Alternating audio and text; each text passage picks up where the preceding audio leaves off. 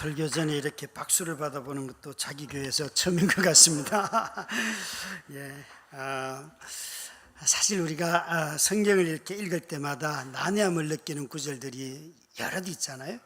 근데 오늘 같은 구절도 예를 들어서 우리 17장 14절 마지막 끝절에 보시면 압살롬과 온 이스라엘 사람들이 이르되 아렉 사람 후세의 계략은 아히도벨의 계략보다 낫다 하니 이는 여호와께서 압살롬에게 화를 내리려 하사 아히도벨의 좋은 계략을 물리치라고 명령하셨음이더라.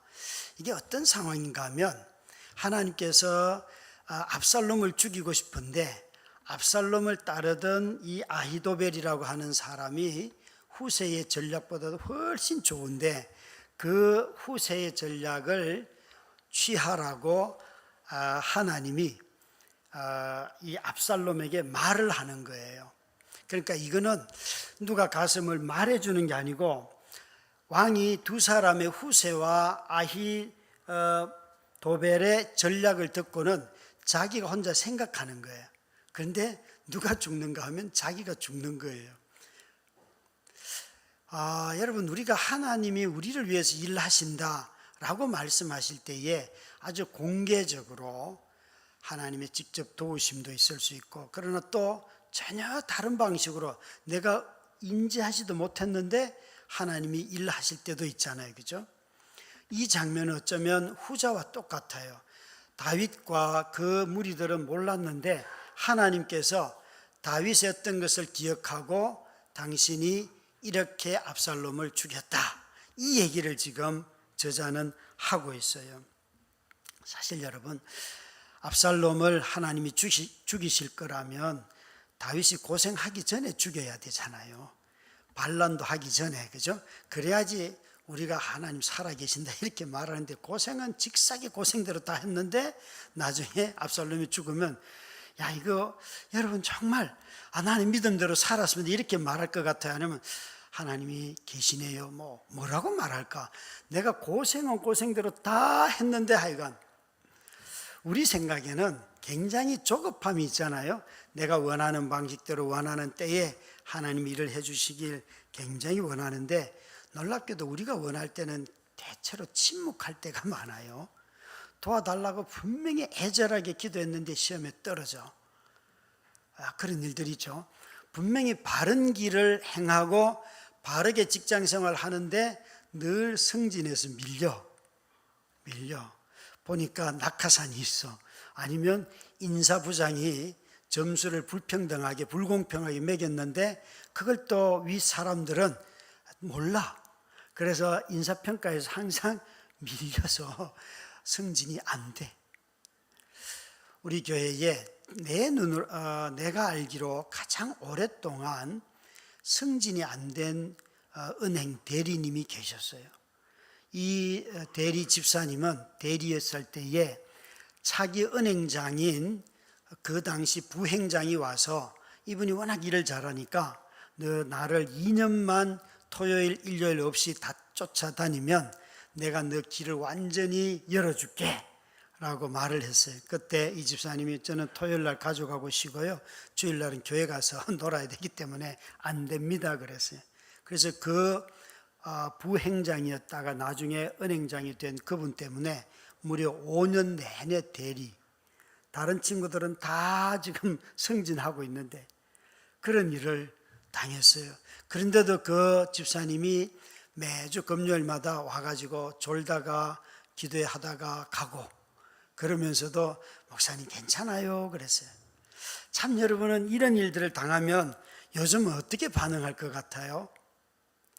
아마 사람마다 반응하는 방식이 또 시기마다 다르겠지요. 여기에 나타나는 아히도벨이라고 하는 사람은 그의 이름에도 나타나지만 이름보다도 그가 하는 전략을 보면 다 이렇게 성경은 기록하고 있어요.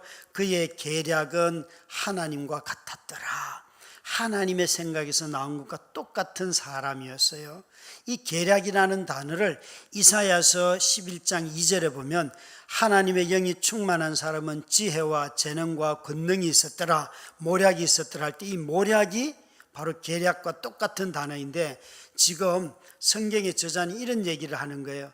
적어도 아히도벨이 갖고 있는 그 계략은 하나님의 영으로 인한 계략과 똑같을 만큼의 엄청난 지혜라는 거예요. 그러니까 사람들이 실제로 이 아히도벨의 이 계략을 볼 때마다 다들 그렇게 말을 해요. 하나님의 뜻과 같다. 그런데 이 사람이 그의 이름을 보면 아히도벨은 어리석은 자라 이런 뜻이에요. 그의 재능은 가장 탁월한데 이름은 부모들이 짓기를 어리석은 자, 구약 성경에서 어리석은 자, 미련한 자는 항상 하나님을 모른다, 하나님과 멀어진다, 하나님과 원수된 자들. 그의 재능과 은사와 실력이 아무리 출중하여도 하나님을 모르는 자는 항상 구약은 어리석은 자라고 해요. 여러분, 누가 부모가 이름을 지을 때에 아이의 이름을 이렇게 허무하게 짓겠어요? 어리석은 자라. 도대체 그 부모는 얼마나 똑똑하길래 자식의 이름을 지을 때에 자기 부모보다 더 멋지게 짓지 않겠어요? 그죠? 그렇게 짓는다고요. 그런데 이 부모는 아히도벨, 이 어리석은 자라고 부모는 이름을 지었는데 하나님은 이 사람에게 엄청난 재능과 모략과 지혜를 주셨다는 거예요. 그래서 그가 일국의 왕을 돕는 사람이 되었는데 이 아히도벨은 완전히 금수저로 태어난 출생 신분을 갖고 있어요. 그 아히도벨의 아들이 누구인가 하면 엘리암이라고 있어요. 이 엘리암은 다윗이 자기 군대 장관 30명에 아주 특별하게 싸움 잘하는 사람을 지명할 때 그 30명 중에 한 명이고, 이 엘리암은 잘 모르지만 그의 딸 이름을 대면 여러분이 단번에 알 수 있어요. 바로 밧세바가 그 엘리암의 딸이에요. 그러면 아히도벨은 밧세바의 할아버지예요. 그가 다윗 왕을 처음 지지를 해서 다윗 왕이 왕으로 등극하는데 아주 혁혁한 공을 세우거든요. 그런데 어느 날 왕이 다 되고 난 뒤에 보니까 자기의 손녀의 남편인 우리야를 이 다윗 왕이 전쟁에 내보내서 죽이는 거예요. 할아버지의 마음이 어떨까? 물론 나중에 다윗이 그 밧세바를 데리고 와서 자기의 왕비로 삼았으니까 아마 아히도벨이 권력을 추구하는 사람이었다면 그런 다윗을 보면서 되게 감사했을 거예요. 그런데 다윗을 섬기다가 오늘 이 본문은 압살롬이 아버지에게 반란을 일으켜서 이제 아버지와 원수질 때에 아히도벨을 찾아가서 나와 함께 합시다 라고 하니까 이 아히도벨이 압살롬을 쫓아가요. 다윗이 압살롬이 반란을 일으켰다는 이야기를 듣고 제일 먼저 물은 질문이 뭔가 하면 아히도벨이 따라갔느냐 이렇게 물어요. 그렇게 묻는 이유는 이 아히도벨이 자기와 함께 또 다윗과 압살롬도 다 아히도벨의 말은 항상 하나님의 말로 여겼어요. 그러니까 이 아히도벨이 갔다, 이것은 다윗이 지는 게임에 들어간 거죠. 그리고는 아히도벨이 압살롬을 따라갔습니다 그랬더니만 다윗이 도망을 가면서 급하게 도망가면서 15장에 보면 하나님, 저 아히도벨의 이 계략을 허무하게 해 주십시오라고, 무용지물로 만들어 주십시오라고 그가 기도를 해요. 이 아히도벨은 그런 점에서 대단한 사람이에요. 정말 이 사람은 이 왕에 있어서 꼭 필요한 사람입니다. 왕은 이 사람을 보면서 항상 그의 말을 듣고 하나님의 말씀처럼 여겼는데 16장 23절을 한번 자막을 통해서 같이 읽도록 하겠습니다. 시작. 그때에 아히도벨이 베푸는 계략은 사람이 하나님께 물어서 받은 말씀과 같은 것이라.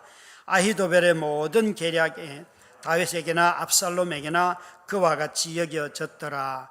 자, 여기에 그의 말은 하나님께서 하나님에게 받은 말씀과 같았다는 거예요. 이 구절을 다시 한번 띄워주시면, 여러분 이런 성경 구절을 읽을 때에 주의해서 한번 관찰을 해야 되는데, 이 말을 보면 저자가 이렇게 적었어요. 하나님께 물어서 받은 말씀과 같은 것이라. 이 아히도벨의 베푸는 계략은, 그러면 이 아히도벨이 베푸는 계략은 하나님으로부터 들은 말씀이에요, 자기 말이에요? 누구 말이에요? 자기 말이죠, 그죠? 그러니까 생각해 봐요. 하나님께 묻지 않아도 이 사람이 얼마나 지혜가 출중하고 전략이 뛰어나고, 그리고 또 너무 국가를 잘 운영하는 재주가 있어요. 이거 얘기만 하면 사람들이 다, 야, 저 사람에게는 하나님의 영이 있고 하나님이 주시는 말씀이고 하나님의 생각이 아히도벨을 통하여 나타났다, 이렇게 말하는데, 성경의 저자는 슬쩍 흘리고 있어요. 그 사람이 하나님 없어도 하나님의 지혜처럼 말할 수 있고 하나님의 능력을 나타내고 하나님의 생각을 갖고 있는 것처럼 보였다는 거예요. 누구에게? 사람들에게. 이 차이가 뭘까요? 하나님에게 들은 것처럼 했다. 들은 것처럼 했다. 실상은 하나님이 말씀하지 않았어요. 자신이 그런 제안을 할 뿐이에요. 그러니까 이 사람은 하나님께 뭘 묻고 하는 게 아니에요. 자신의 재주가 너무 뛰어나고 생각이 앞서고 시대를 보는 눈이 있고 사람을 보는 눈이 있기 때문에 묻지 않아도 이야기만 하면 사람들이 다 아히도벨의 말은 하나님의 말씀이다 라고 인정을 해줬다는 거예요. 여러분, 여러분의 삶을 한번 가만히 보면서 이런 지혜와 능력이 있기를 바랍니다. 근데 아무도 아멘을 안 해서 진짜 감사해요. 이거 아멘 했으면 그 다음에 할 말이 여러분의 인생의 저주가 돼요. 여러분, 가만히 지혜의 유혹이라는 게 있어요. 지혜, 자기 재능, 은사, 이런 것이 주는 유혹이 있잖아요. 대부분 사람들은 이런 생각을 많이 해요. 내게 지혜도 없고 우리 가문도 별 볼 일 없고 그리고 능력도 없고 실력도 없고 학교도 어쩌고 저쩌고 막 굉장히 많잖아요, 그죠? 여러분, 이런 데 갖다 붙이려고 하면 한 몇 가지쯤 나올 것 같아요. 몇 가지쯤. 정말 많은 것 같아요. 사람들이 자기 자신에 대하여서 나 못합니다 이런 얘기 하려고 하면 굉장히 많은 얘기들을 다 쏟아낼 터인데, 그런데 하나님 없이도 그런 재주와 능력을 가질 수 있다는 게 중요해요. 하나님이 주시는 지혜를 주셨을 때, 하나님 앞에 나아가서 뭘 물었을 때에 그 받은 응답이 중요할까요? 그 응답을 주시는 그분이 중요할까요? 우리에게 선물을 주실 수 있잖아요. 그런데 선물만 사랑하고 선물 주시는 분을 싫어할 수 있잖아요. 제가 조금 전에 우리 드럼 치는 우리 재하가 우리 중학생 때부터 만났거든요. 그런데 너무 기쁜 게 여기에 다들 전공자들이 앉아있고 또 찬양을 준비해가지고 함께 드리고 비전공자들도 있고 한데, 청년부 찬양팀에 전공자가 드럼을 치니까 다르잖아요. 예배 때 우리 2부 예배 때 드럼 치는 형제도 잘 치지만 비전공자예요. 비전공자의 제가 볼 때 드럼은 언제나 세요. 언제나 세요. 그러니까 이 강약이 별로 조절이 안 되는데, 전공자가 치면 리듬도 있고 이 강약이 잘 조절되고 분위기에 맞춰서 치잖아요. 부럽잖아요, 그죠? 그런데 자기에게 드럼을 치는 그 재주는 있지만 그 치는 재주를 누가 줬는지 모른다면 어떻게 될까요? 여기에 아히도벨이라고 하는 사람의 특징이 바로 그런 사람이라는 것이에요.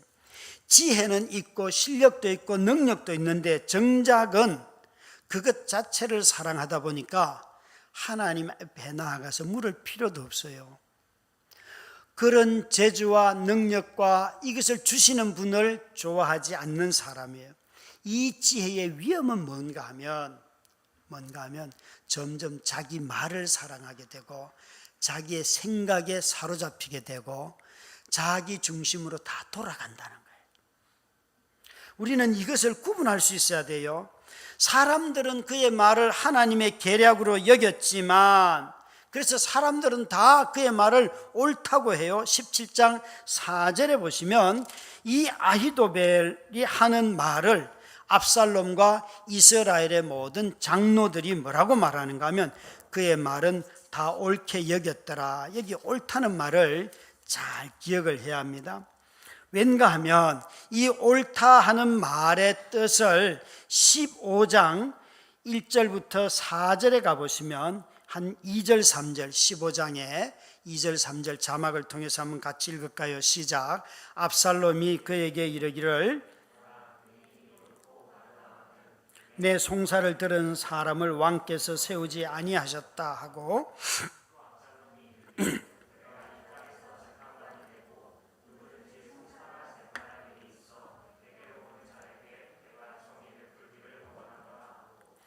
여기에 정의 베풀기를 원하노라 재판을 통해서 이게 압살롬이 아버지를 반역하게 된 이유예요.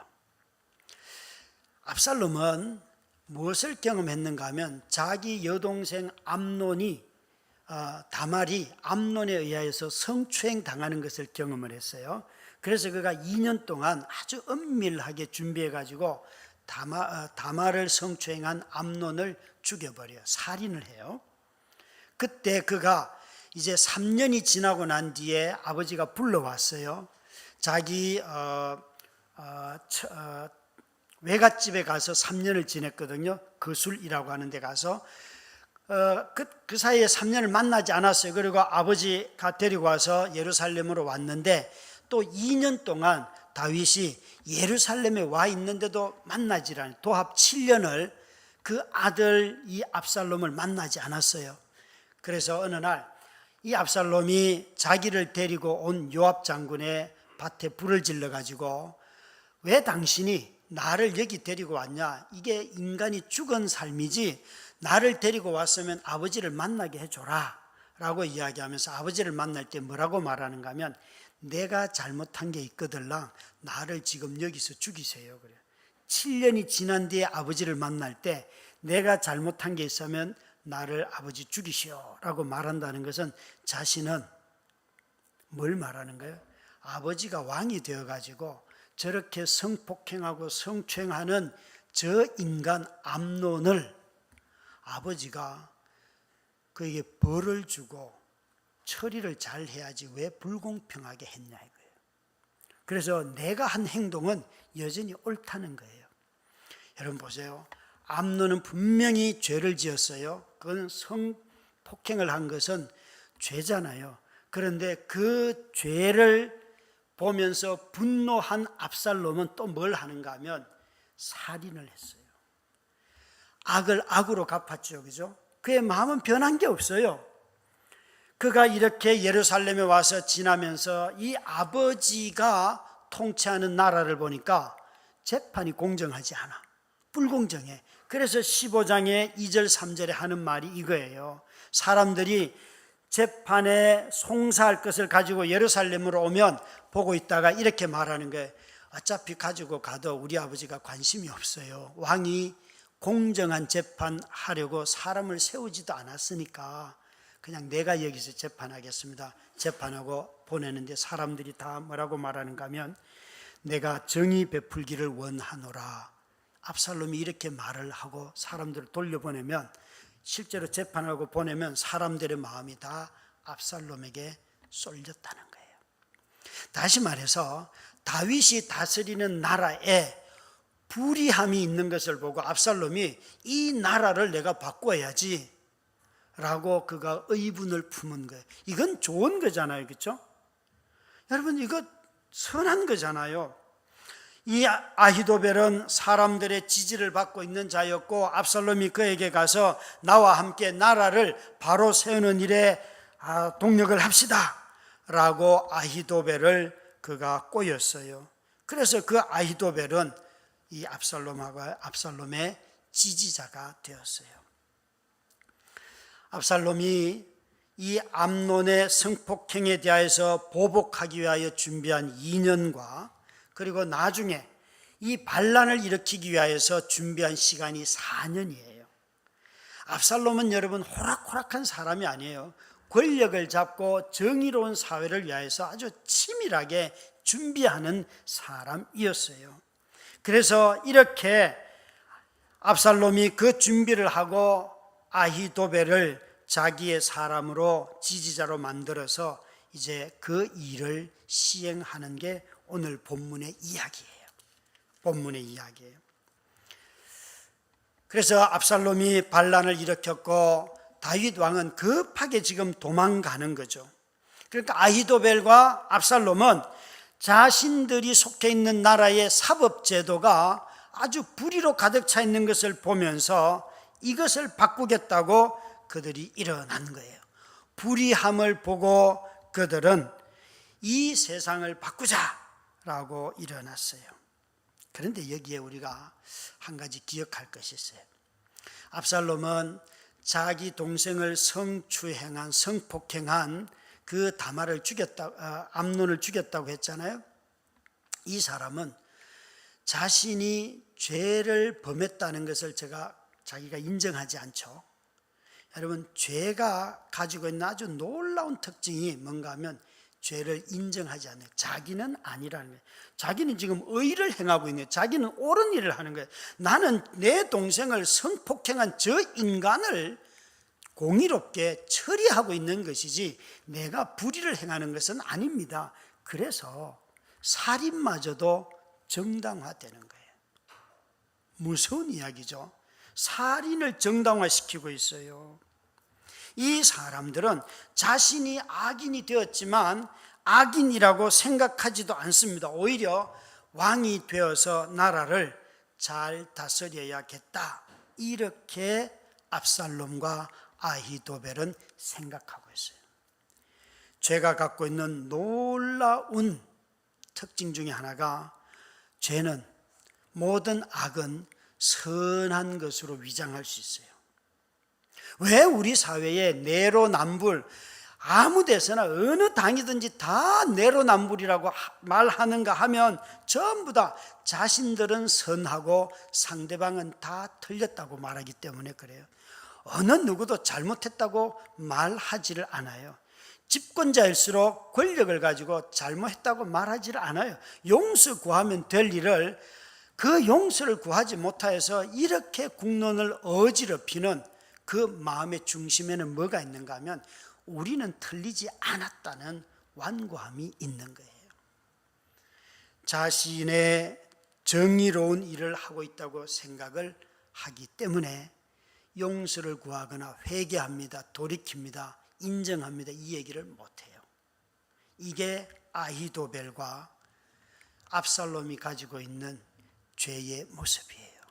여러분, 죄가 갖고 있는 이 놀라운 특징, 자기 자신은 다 선한 것으로, 의로운 것으로 다 바꾸면서 다른 사람들은 악한 자라고, 그래서 우리는 처벌할 권리가 있다고 말을 합니다. 여기에 압살롬이 그 일을 하는 것이 이제 17장에 우리가 읽은 본문인데, 그러면 하나님은 도대체 17장 14절에 이런 압살롬과 아히도벨의 정의를 추구하는 삶을 왜 그들을 멸하고 심판하고 다윗을 살립니까? 우리 눈에 보기에는 지금 다윗이 문제가 있잖아요. 그러면 하나님께서 다윗을 벌 주셔야 될 것 같은데 이미 다윗은 사실은 하나님이 말씀하신 대로 벌을 받고 있어요. 자기 자식이 원수가 되었고 쫓겨다녀야 해요. 그는 군대들도 쫓아오지만 사실은 예루살렘을 버리고 도망을 가야 했어요. 이 압살롬이 자신이 아버지의 나라가 정의롭지 못한 것을 깨닫고는 그 정의를 세우기 위해서 살인을 하고 권력을 잡으려고 합니다. 그들은 하나님께 묻지 않아요.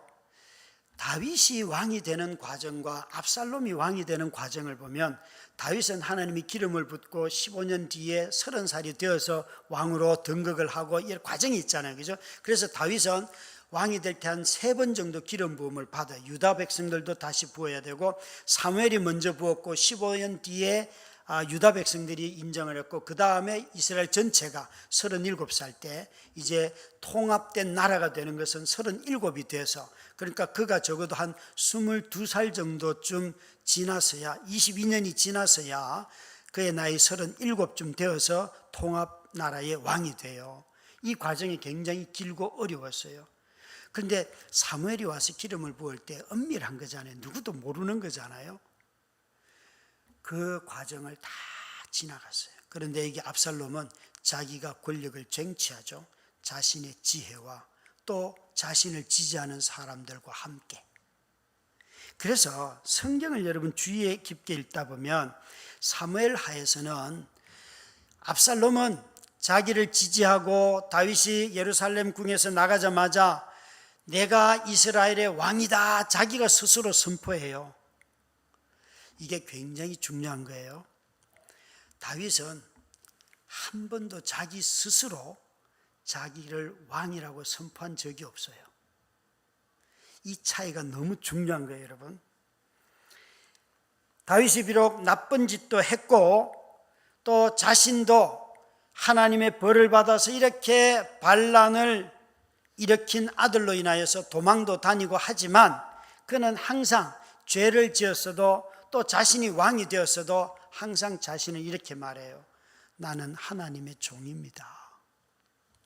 다윗은 자기 인생에 있어서 항상 나를 통치하는 사람이 누구인가 하면, 이스라엘 하나님 백성들의 왕이 누구인가 하면 내가 아니고 나는 대리인이고 하나님 그분이 통치자라는 거예요.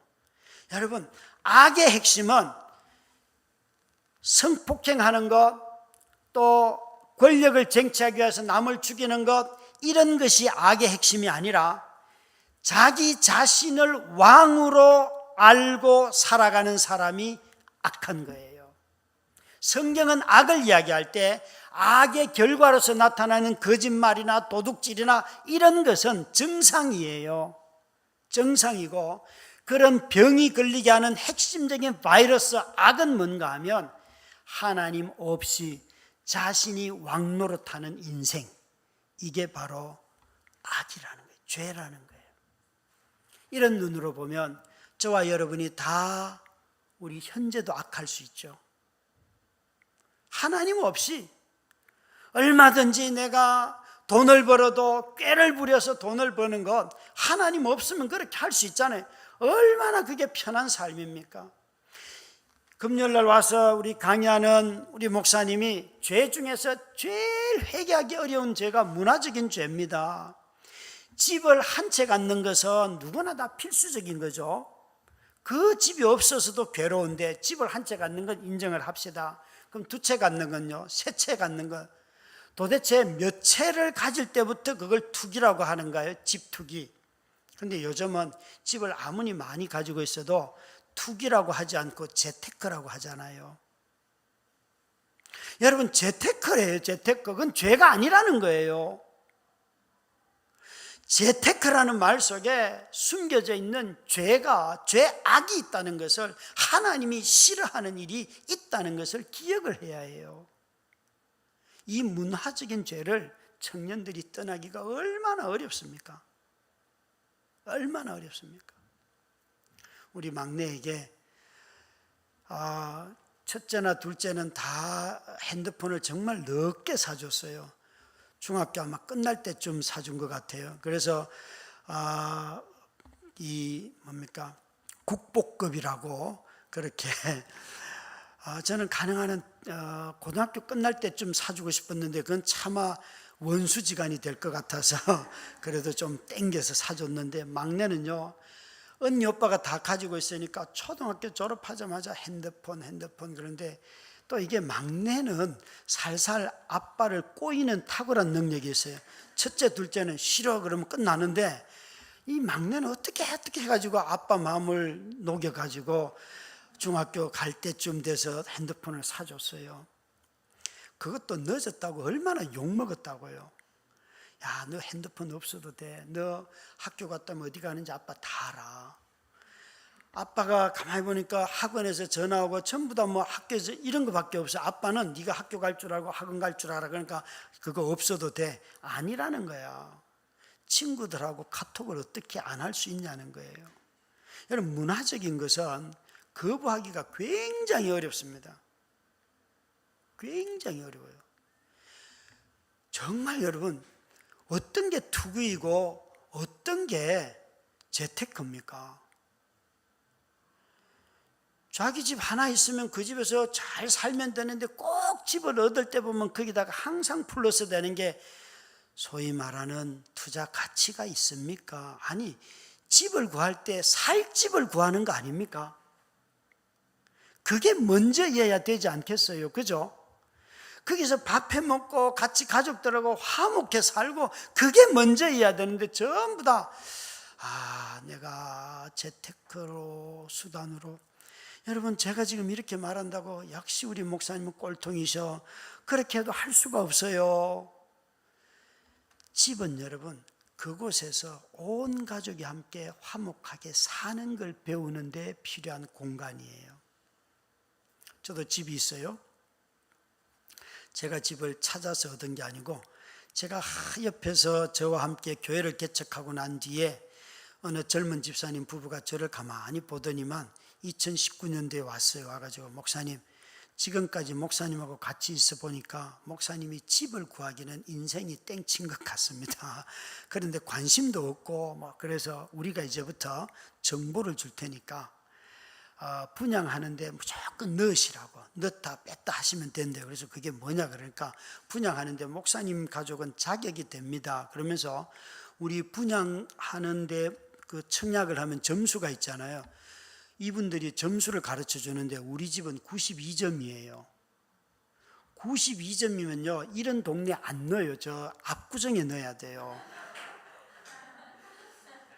은행에 지점장하는 내 친구한테 최근에 만나서 밥 얻어먹으면서, 야, 내가 92점이었다 그걸로 집 하나 얻었다 그랬더니만, 야, 병년아, 그걸 나한테 얘기해 줬어야지. 내가 그 92점이면 네가 지금 위례 송파에 했으면 지금 15억이 네가 그냥 꽁돈이 된다 이러더라고. 그래서 야, 미쳤냐. 근데요, 이 집사님 부부가요, 저 여기에 신내동에 33평 아파트 처음에 당첨이 되었어요. 그래서 목사님 당첨되었어요. 그래서 오더니만, 목사님 한 달 사례비와 하여튼 수입이 얼마인지 다 알려주세요. 그래서 그때 알려줬어요. 한 30만 원이에요. 거기다 인쇄비 조금 더하면 한 400쯤 되고, 강사료 더하면 400만 원 조금 넘고 이야기를 쭉 했더니만, 분양가가 6억이라서 포기하셔야 됩니다 이러는 거예요. 그래서 왜 그러니까, 이거는 목사님의 사례 가지고는 들어가서 살아봐도 어차피 팔고 또 옮겨야 됩니다. 그러니까 목사님 이거는 계약하지 말고 포기하세요 이러는 거예요. 제가 포기했어요. 모르니까. 알았으면 은행에서 대출된다던데 이랬겠죠, 그죠? 그래서 좀 살았으면 벌써 몇 억이 남고 어떻게 이사 한 번만 하면 어쩌고 저쩌고. 근데 제가요, 우리 젊은 집사님이 야, 진짜 지혜롭고 똑똑하구나라고 생각한 게 뭔가 하면 저한테 이렇게 말했어요. 목사님은 살 집을 구하는 것이지 돈 벌 집을 구하는 게 아니에요. 목사님 이거 얻어도 분양가 맞추려고 하면 목사님 사례 가지고 이자 내다가 허덕이다가 실제 삶을 안 됩니다 라고 말했어요. 저는요, 집사님이 그런 생각을 갖고 있다는 게 너무 기쁘고, 그런 집사님들이 우리 교회에 많다는 게 저는 진짜 행복해요. 여러분, 우리가 살아가는 삶에 있어서 악이라고 하는 것은 이렇게 하나님이 없는 상태, 하나님이 계시면 우리의 실제 행동 하나하나에도 그 모든 삶에 영향력이 나타나지 않습니까? 이 아히도벨과 그리고 압살롬은 하나님이 주신 지혜와 자신들의 재능을 가지고 하나님 없이 권력을 취하려고 하였어요. 그래서 이들은 이 하나님이 주신 그 좋은 재능을 가지고 그만 악한 자가 된 것이죠. 성경은 여러분, 하나님께서 우리를 어떻게 도우시는가라고 말할 때에 항상 악을 멀리하는 자를 하나님은 도우신다 말씀하세요. 하나님께 무엇을 많이 바치고 뭘 드리고가 아니에요. 그런 삶보다도 하나님은 악을 멀리하는 자들을 항상 지존자의 그 눈동자로 지켜주시고 보호하시고 우리를 덮어주신다. 그래서 다윗이 살 수가 있었어요. 다윗은 여러분, 그도 악한 일을 했습니다. 그렇지만 그가 나쁜 짓을 해도 항상 자신은 하나님을 왕이라 고백하며 그 왕을 따라다녔어요. 그런 다윗이에요. 그래서 이 성경을 기록할 때 보면 항상 하나님이 다윗의 편에 계세요. 악을 멀리하는 사람에게는 항상 하나님이 그 사람 편에 계십니다. 그런데 하나님이 내 편이 되었다고 해서 고통과 고난이 사라지지는 않아요. 그 모든 것 속에서 걸어가고 있는 것이에요. 지금도 다윗은 압살롬에게 쫓겨요. 압살롬이 군사적으로 압도적이에요. 아히도벨까지 있어요. 그러나 아히도벨은 살인자인 압살롬 편에 섰다는 거죠. 다윗은 한 번도 내가 왕이다라고 말하지 아니하였습니다. 비록 그가 죄를 범하였고 이 아들 압살롬이 하는, 또 암논이 하는 행위를 보면서도 자기가 정의를 추구하지 못하여서 무기력한 통치를 하였고 불공평한 통치를 하였어도 그는 하나님 앞에 엎드렸어요. 왕의 자리를 차지하려고 사울을 쫓아낸 적도 없어요. 다윗은 자신이 하나님을 대신할 만한 왕입니다, 사람들이여 나를 따라다니십시오 라고 한 번도 말한 적 없고 항상 나는 하나님의 종이요 대리인이라고 말하였습니다. 악에 동참하지 않는 자가 복을 누리는 자입니다. 비록 이 삶의 여정이 길다 할지라도 악에 동참하지 않으면 반드시 열매 맺습니다. 시편 여러분 좋아하는 1편의 1절부터 3절 말씀 자막을 통하여 함께 읽도록 하겠습니다. 시작. 복 있는 사람은 악인들의 꾀를 따르지 아니하며 죄인들의 길에 서지 아니하며 오만한 자들의 자리에 앉지 아니하고 오직 여호와 율법을 즐거워하여 그의 율법을 주야로 묵상하는도다. 그는 시냇가에 심은 나무가 철을 따라 열매를 맺으며 그 잎사귀가 마르지 아니함 같으니 그가 하는 모든 일이 다 형통하리로다. 여기에 하나님께서 형통한 자의 특징을 이 3절에 보면 시절을 쫓아 열매 맺는 사람, 공부를 할 때 그때 맺는 열매가 있고, 공부가 끝났을 때 직장에 갔을 때 맺는 열매가 있고, 20대 때 맺는 열매, 30대 때 열매, 또 삶이 기쁠 때 열매 맺는 게 있고, 또 고통 가운데 슬플 때 맺는 열매가 있고, 시절을 쫓아서 맺는 열매가 있다는 거예요. 그러니까 인생의 열매는 여러분 한 번 맺혀지는 게 아니에요. 그때마다 계속 맺어지는데, 그런 사람의 삶의 특징을 1절 2절에 뭐라고 말하는가 하면 악을 멀리하는 사람, 부정적으로 말하면 악을 멀리하는 사람이고, 긍정적으로 말하면 여호와의 율법을 즐거워하며 그 율법을 순종하는 사람이 이런 열매를 맺는다. 그래서 다윗은 이렇게 자기가 도망갈 때 시므이 같은 사람이 나와서 막 저주를 합니다. 네가 그동안 흘린 피가 얼마나 많은데 이제 싸다싸 보복당하니까 좋지, 그러면서 막 부활을 했어요. 그러니까 옆에 있던 장군이 나와가지고 건너가서 쟤 죽일까요? 그러니까 너 무슨 짓을 하냐? 하나님이 저 입을 통해서 지금 나에게 말씀하고 있다. 뭐예요? 다윗은요 쫓겨가고 정말 사울의 집을 얼마나 도와줬어요. 그가 사울의 가문이 죽고 난 뒤에도. 그런데도 그 욕을 들을 때에 다윗은 하나님이 지금 저 입을 통해서 나에게 말하고 있다 라고 말하고서 건너갔어요. 오히려 저주하는 시므이를 하나님의 은총의 눈으로 봅니다. 다윗도 여러분 도망가다가 삶에 지쳤어요. 그러나 지쳤다고 해서 자기 기분대로, 자기 성질대로, 자기 하고 싶은 말 다 쏟아내지 아니하였어요. 그는 자신이 지쳐도 항상 악을 행하지 않는 자이었습니다. 여러분, 참으로 하나님은 악을 행하는 자, 악한 자의 편에 서는 자는 자신을 스스로 하나님으로 여기기 때문에 하나님이 그를 돕지 못합니다. 복에서 멀어지는 이유가 어디 있는가?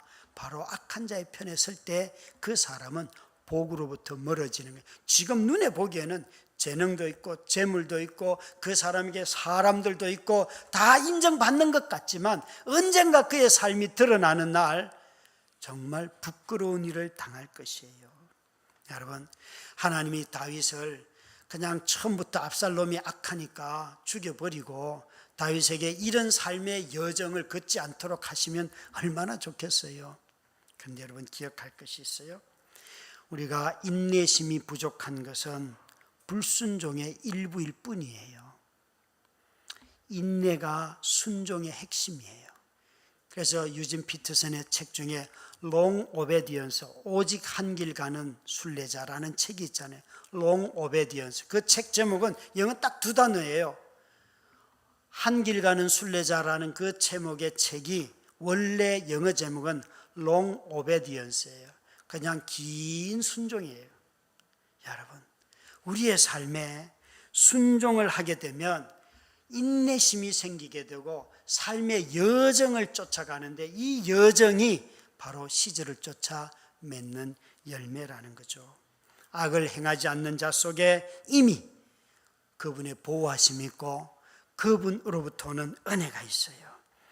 사랑하는 우리 청년 여러분, 젊을 때에 우리가 쉽게 일확천금을 꿈꾸고 한순간에 어떤 인생이 달라지고 이런 것들을 많이 생각하는데 아니에요. 여러분, 정말 신실하게 하나님 안에서 살아가는 자들을 하나님은 높여주실 때에 그 삶이 훨씬 풍성하게 꽃을 피우게 됩니다. 여러분, 악을 멀리하는 자는 은밀한 지존자의 도움 속에 살아가는 자들입니다. 내 눈에 그게 보이지 않아도 그렇게 주님이 돕고 계십니다. 그래서 다윗이 다시 예루살렘 궁으로 돌아올 수 있었고 다시 그 나라의 왕으로서 그 통치를 이룰 수가 있었습니다. 저와 여러분에게도 이런 은혜가 있기를 주의 이름으로 축원합니다. 기도하십시다. 하나님 아버지, 고맙고 감사합니다. 내 눈에 보이지 않고 내가 가진 것이 없고 내가 누리는 것이 없어 보이는 것 같은 참으로 척박하고 너무나 절박한 인생살이 가운데 살아갈 때에도 하나님 편에 서고 하나님이 나와 함께 계심을 잊지 않는 우리 청년들이 다 되게 하여 주시옵소서. 그래서 청년의 때에 열매 맺는 것이 아니라 이때에 맺어야 할 열매가 맺어지게 하시고 또 40, 50, 60 인생을 살아가며 하나님으로 말미암아 맺어지는 열매들로 풍성한 우리 모든 청년들 되게 하옵소서. 예수님 이름으로 기도드렸습니다.